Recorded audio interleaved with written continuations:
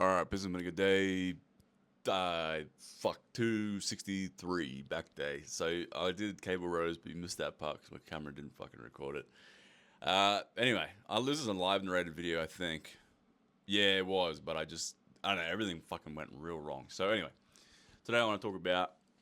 I made a video a while ago about MMA and how it will help with your bodybuilding, or like learning how to fight will help with your bodybuilding journey. And although that can be true, it can also hinder it, which recently hindered mine because I started doing way too much of it. I was just doing, every day or twice a day because it's addictive, it's fun, and it's more stimulating mentally than weights to me.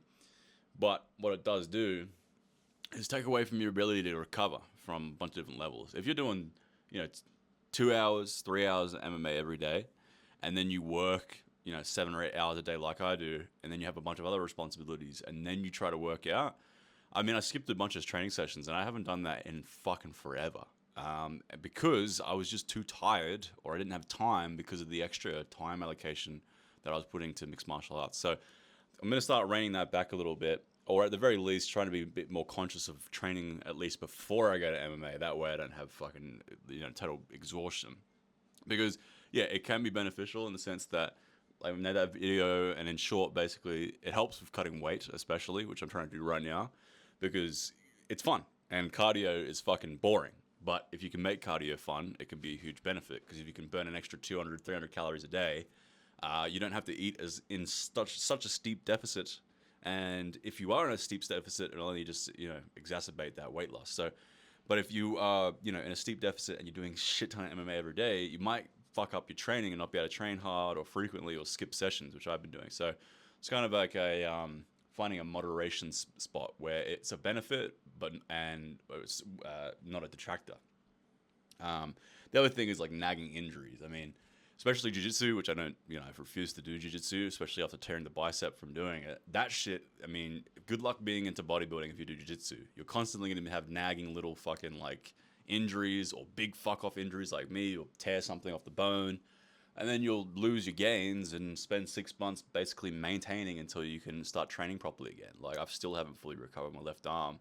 So you got to be careful too with MMA. Like if you roll with the wrong person, or you spar with the wrong person, or you do the wrong thing, or sometimes just accidents happen.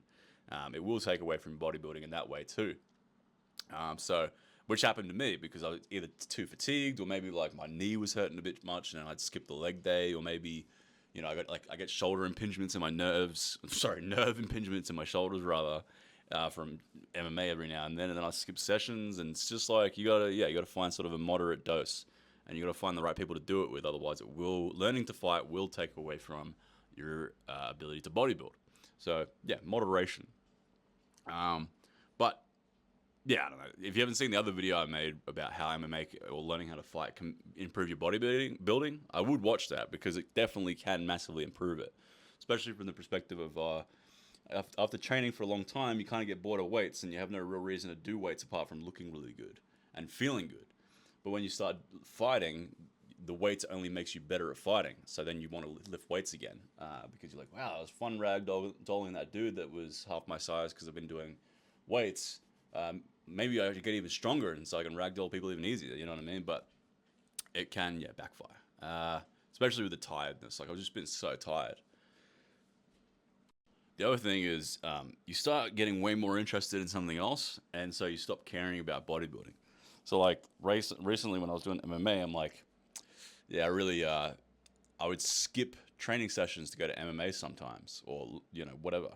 And I was like, fuck. But I do like being big and muscular, and there is it only just helps with the MMA. So if I skip sessions, it's not doing me any good. So yeah, sometimes I do twice a week MMA because the first session I'd do, and then I'd be like, cool, I'm going to do weights later. And then later on, I'd have time to go to MMA again, and I go to MMA instead of doing weights. And I'm like, fuck, I got to stop doing that because I'm going to get smaller. I'm going to get weaker.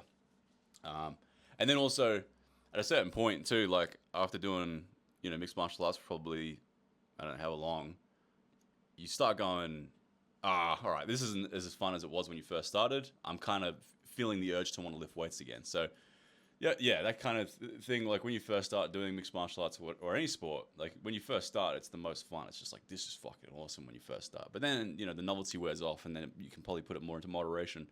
But yeah, this video's got off the fucking rails. Basically, got to keep that shit in moderation if you still want to be big and jacked.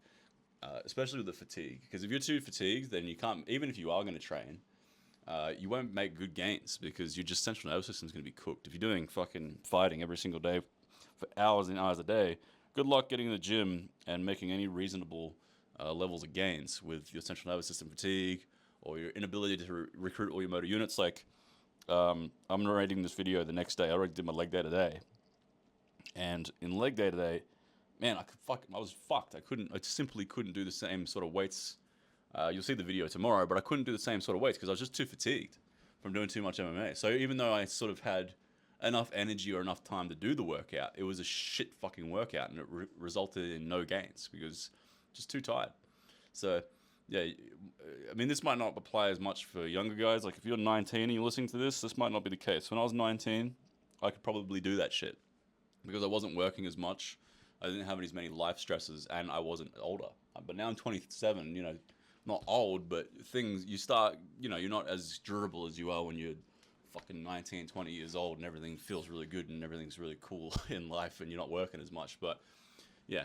Anyway, I don't know, these fucking videos, you get the point. What else is going on here? All right, doing biceps. Biceps is really hard at the moment. It's really fucking in my head. I'm having a hard time training biceps to failure because I'm so fucking paranoid about tearing a bicep. And so, I mean, hammer curls I'm alright with. Hammer curls alright, go to failure, but I'm doing a lot of fluff and pump shit now. Like, I'm just going higher reps, fluff and pump. Not a huge deal. My bicep genetics are pretty good, as you can see. Well, at least my right bicep's good nowadays, but my left not so much. We'll see in a second. Here's me narrating this video. I don't know what the fuck happened to it. But anyway, yeah, I fucking have a hard time training biceps to failure, which is, again, not a huge deal because my biceps and triceps are pretty genetically gifted, whereas the rest of my body, absolutely fucking no. So even if this fluff and pump stuff I'm doing for my biceps doesn't result in, huge gains, which it will on my left side because my left side's so small and unadapted, it's just going to get back to square even. But like, yeah, I'm having a really hard time training my biceps hard to failure because I'm paranoid about tearing a bicep again. But again, it's okay. If what I'm doing doesn't give you optimal gains, it's fine. It's not like my delts or chest where they have a hard time growing. My biceps will probably grow from just about any fucking stimulus, even indirect stimulus from just doing rows and shit.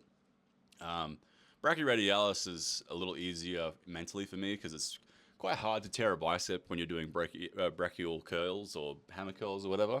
It's probably pretty hard to fucking tear your bicep from supinated curls unless you're like heavily roided out or something. Obviously, I tore my bicep in a very like freak sort of scenario, but it's still in my head. I have a hard time getting my brain set to go to failure or close to failure on my biceps now. So one thing I was thinking is doing partial curls, kind of like arm wrestlers, because you're far less likely to tear a bicep in the shortened position. Problem with that is the biceps grow much better in lengthened positions because they get better leverage to create mechanical tension at the lengthened position. But I mean, if I can't train it very hard at the lengthened position due to paranoia, then I may as well train it really hard at the shortened position, which will only then carry over to my arm wrestling interests anyway. So, and again, genetically, predisposed to have big biceps on my right side. My left, fuck, that is a skinny arm. When I look in the mirror, it looks the same size, and then when I record it, I realize in post when I look at it in a recording how much smaller my left arm looks, which is kind of fucked. But anyway, yeah, because my arms are genetically a bit more predisposed to growth, even though it's not as optimal to train them in shortened positions, if it means I can take them closer to failure in shortened positions due to my mental fucking mishap of not being able to train them in lengthened positions due to paranoia, then it would be worth it. You know what I mean? Like, you just got to make do with what you've got, and I just can't do it in lengthened. Like, I'm okay with doing my left in lengthened positions, but my right, I don't know, it's just in my head. I'm like, oh, God, I don't want to fucking tear the right. Anyway, I don't know, it's just paranoia. It should go away. But that it does happen. I'm sure you guys, anyone watching, if you've torn your shit before, that you've been through this, stage of training. I've heard a lot of people say this when they've torn a muscle, when they get back to it, they're really fucking paranoid of re-tearing it, because you know it's not about the pain. The pain's like, who gives a fuck about the pain? Pain's temporary, but the 6 months recovery plus process, the surgery, all that shit is absolutely fucking terrible. And that's the part that you're like terrified of having happen again. So, yeah, my biceps training is a bit off. I did supinated curls, but I didn't even. I just didn't put them in here because basically I couldn't even remotely come close to failure on my right arm because I was just too paranoid. So you just see the left arm here. Anyway, that's it. This video's fucked. Peace out. Bye.